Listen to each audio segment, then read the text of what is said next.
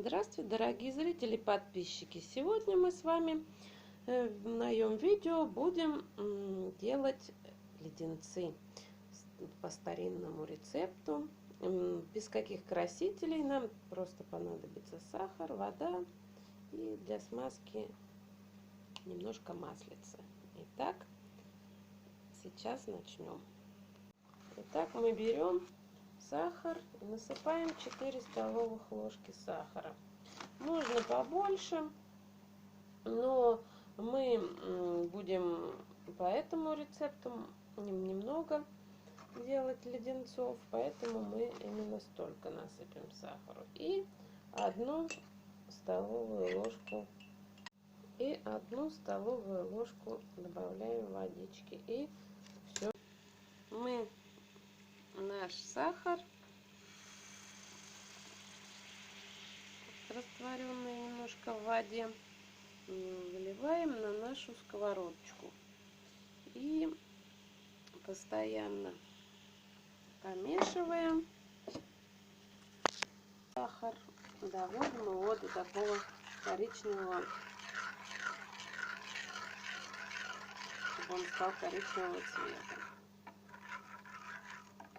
Вот мы теперь берем без запаха растительного масла, совсем чуть-чуточку. Нам это нужно смазать наши ложки, чтобы наш сахар, который пока мы мешаем там, не прилип к нашим ложкам. И вот так мы каждую ложечку смазываем.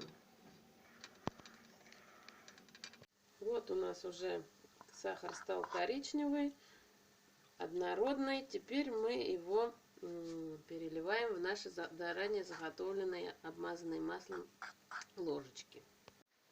Вот мы теперь аккуратно в наши ложечки переливаем наш сахар.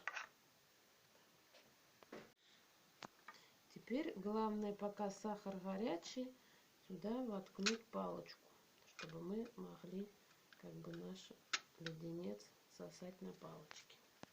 Вот мы наши ложечки залили сахаром, воткнули палочки в середину и теперь ждем, пока они остынут. А когда остынут, мы вытащим наши леденцы. Вот наши леденцы застыли. Мы теперь их с наших ложечек снимаем и можем есть. Кстати, вот эти леденцы также помогают при кашле. Когда мучает кашель, можно вот эти леденцы сосать, и кашель у вас затихнет и пройдет. Вот такие, конечно, они, может быть, не очень красивые. У кого-то, если есть формочки, может сделать и в виде петушков, и как вам угодно. Ну, у меня вот такие они в виде ложечек. И экологически чистые, без красителей. Если вам понравилось наше видео, подписывайтесь на мой канал, комментируйте, ставьте лайки. До встречи!